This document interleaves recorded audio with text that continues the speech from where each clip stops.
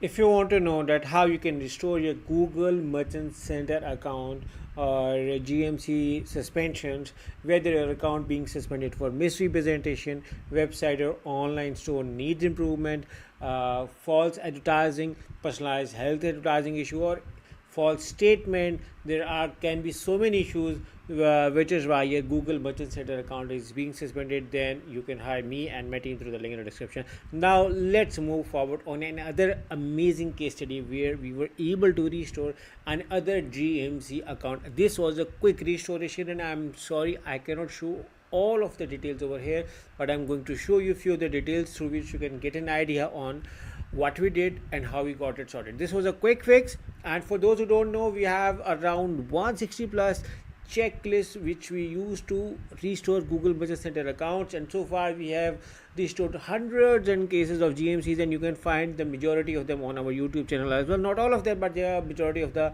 videos can be seen over here. So now in this case study, I'm going to show you on how we were able to restore. This was the website, and this is not in English language, just to let you know. And this was restored for Merchant Center misrepresentation. When the case arrived to us, we did few things, and I'm going to show you over here. This was the first audit which we did, and as per every website has a different opinion, different things over here. So the exchange and return policy page was not working well, and ideally we suggested it to rename at its refund page so that people have an idea, because exchange and refund both can be confusing, and this also creates misrepresentation. You can see that how deep the Google goes is.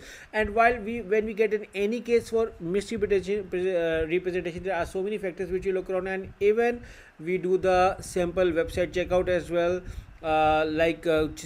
selecting different products, doing it multiple times, 1 2 3. Sometimes the products has multiple discounts on ordering on more than 1 or 2 times, and we see that it reflects it or not. Sometimes what people do is, the payment methods they show on their website in the footer are actually not available during the checkout. One of them is not missing, can also create misrepresentation. Sometimes it's the social media links which are missing. Sometimes it's what happens is that the email address is being used differently on the social media and on the website. I mean, there are so many points through which Google can detect and eventually suspend your Google Merchant Center account. And also that the information you are being provided on your Google Merchant Center also reflects it or not. So there are so many things which we have to look to get our Google Merchant Center account restored over here. So now moving on to the changes and the few things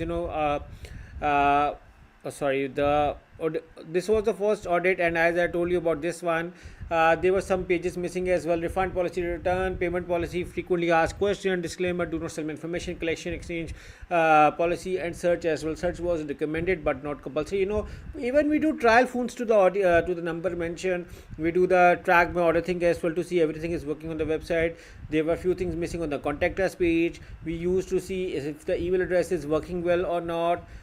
Page speed, Google Map, Google Business Listing was also being checked. You can see over here the speed is slow over here. Desktop is fine.